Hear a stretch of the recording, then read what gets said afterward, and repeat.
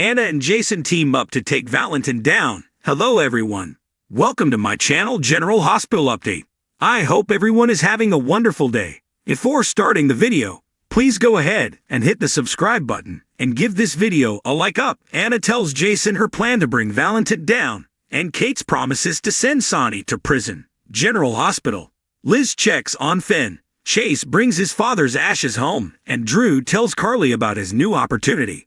All products and services featured are independently chosen by editors. However, Soaps.com may receive a commission on orders placed through its retail links, and the retailer may receive certain auditable data for accounting purposes. General Hospital spoilers, June 17 to 21. In the PCPD interrogation room, Jason realizes Sonny didn't answer that call, so he asks Anna who did. Anna clams up and says he's free to go. Jason says he's trusted her with everything, so trust him. Anna admits it was Valentin as she wipes away tears. She says as she told him before that it was Valentin who brought the offer to Sonny in the first place from Pikeman, but she thought he was a go-between. However, when she heard his voice, it all hit her. This is a tried and true WSB tactic, and Valentin's taking advantage of the tension between him and Sonny and hiring hitmen with whom Sonny has worked with in the past. Honors 2024. Dakota Fanning. Anna asks Jason if he thought Sonny may have put the hit out. He says he did for a second, but Sonny is innocent. Anna says Sonny is not innocent by a long shot, and he's still protecting him. Jason points out that she wanted to cover for Valentin, and he needs to know why Valentin wants him dead. Anna reminds Jason that he infiltrated Pikeman and knows too much, so as this hit appears to have come from Sonny, that takes out Sonny, which paves the way for Pikeman to do whatever they want in Port Charles. She says this is classic Valentin, and he and Brennan were already very close to begin with. When she mentioned their friendship to Valentin, he claimed they barely knew one another. She realizes Valentin is now running Pikeman with Brennan in prison. Jason thanks her for giving him what he needed. Jason says that he can give Kate's the head of Pikeman and get his life back. Anna says she can't let him do that. She says she didn't record the conversation, so they have no proof. She argues Valentin will outmaneuver Kate's easily if Kate's goes after him, and then the FBI will never let Jason go. Jason says he'll get the evidence they need from Valentin then. She asks how he's going to get the evidence. Jason explains he's going to search his house, but Anna says his security will shoot him, and Valentin will know his cover is blown. Jason reminds her he's good at this, but she says he's not as good as the WSB-trained Valentin. Anna has another strategy, and she'll get the evidence. She notes she doesn't even have to break in, as Valentin will invite her in. Jason asks if she doesn't think Valentin suspects her. Anna knows he does, but he also loves her, and she can get the evidence. However, she'll need time. Jason argues he can't keep waiting. It's been 2 years for him as is. Anna again says the only way to take Valentin down is for her to do it. He asks if it's too personal for her. She says she can do this, but she needs backup, and that needs it to be him. He agrees to do it her way. Drew stops by Carly's place, and she asks what is up. He says he's thinking of running for public office. She asks if this is a joke. If so, she doesn't get it. He says he's thinking of running for Congress. She's shocked and asks why. He tells her that their congressman is not seeking re-election and wants to endorse him for his seat. She asks how he even knows the congressman. He explains Nina introduced them, and he was friends with Nina's father. He tagged along with Nina when she met with him to pitch an urban renewal project. Drew says he signed on and then suggested he run for his seat. Carly asks if he is here for her to talk him into it or out of this. He says he knows if he signs on for this, the first thing that will come up is. Carly says his stint in Pentonville. Drew says her name will come up too, so how does she feel about that? He says she'll have people banging on her doors. She says she has security and Jason. She apologizes for that comment but also points out that Jason is his brother, so that ties him to organized crime. She says this is a lot to take on, and it's a long shot that he'd win. He says he's still weighing the options, but he thinks he could do a lot to help people. He also says the fact that he served his country, is involved in an urban renewal project, and works with a non-profit dealing with cancer balances things out. Carly knows Oscar would be proud of him. Drew feels it's why he has to give this a try. Carly says if McConkey wants Drew to replace him, then do it. She says if he crashes and burn, then at least he tried. Drew again asks what about her. She insists she'll be fine as she's had a lot of practice saying no comment. He thanks her and heads out. Chase brings home a box with his dad's ashes. Brooklyn asks why not an urn. He explains it's called a scattering box. He says tomorrow, after his ashes are scattered, his dad will truly be gone.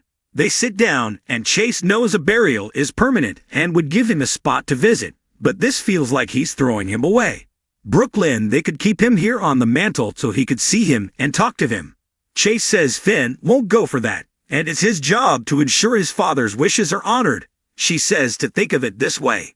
His dad will now be everywhere, so wherever Chase goes, his dad will be there. She also says Gregory's spirit will live on in him, along with his goodness and values. Chase says he wishes he could have another day, another week, another year with his dad. However, that would mean wheelchairs and ventilators, and he would have hated that. He was struggling as is, and he kept his promise to be at their wedding. He knows his dad went on his own terms, in peace and without pain. He says even so, he wants him back. Brooklyn tells him that it's okay to miss him, but also to let him go and celebrate the rich life he lived. Chase knows his dad made the most of every single day he had after finding out his diagnosis. He says he didn't lose his battle with ALS, instead he won it. He must follow in his footsteps, pursue joy, and not waste happiness. It's the best way to honor his dad. She agrees. She says he's a wonderful man, and he inherited the best parts of his father. Chase notes he may have also inherited a predisposition to ALS. Brooklyn says if that happens, it happens, but Chase insists he doesn't want her to have to take care of him. She tells him the chances are less than 10%, which could be the same statistics as randomly getting it. She says heck, she could be the one to get it. He tells her not to say that as he couldn't bear it. She asks if he'd stand by her, and he reminds her, in sickness and in health. She says they are in this for the long haul. Whatever happens, they stick together. He agrees and they kiss. Liz stops by Finn's place with butterscotch brownies that Aiden made, as they are Violet's favorite. He hoped they would help a little and knows tomorrow will be a hard day. She looks around, and Finn says he hasn't been drinking if that's what she's looking for. She says that isn't what she was looking for, but she is here to check in with him and to support him because she loves him. They sit down, and Finn wishes he could undo what he said to her, but he can't. All he can do is keep getting better and move forward. He explains he's going to 2 meetings a day, and he isn't going to drink again. However, he isn't an alcoholic. He was addicted to the drugs that kept him alive while searching for a cure to Blackwoods. Once he got clean, he decided not to drink out of caution. Finn says alcohol was never really the problem. Liz says it's her understanding that AA focuses on the methods of staying sober and not slipping, not what the actual problem was.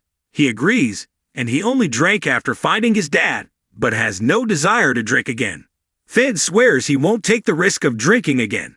Liz looks around and says it really does feel empty without his dad, and she offers to keep him company. He thanks her but says he needs more time alone.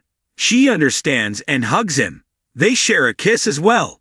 She says she should go home, and he asks her to thank Aiden for the brownies.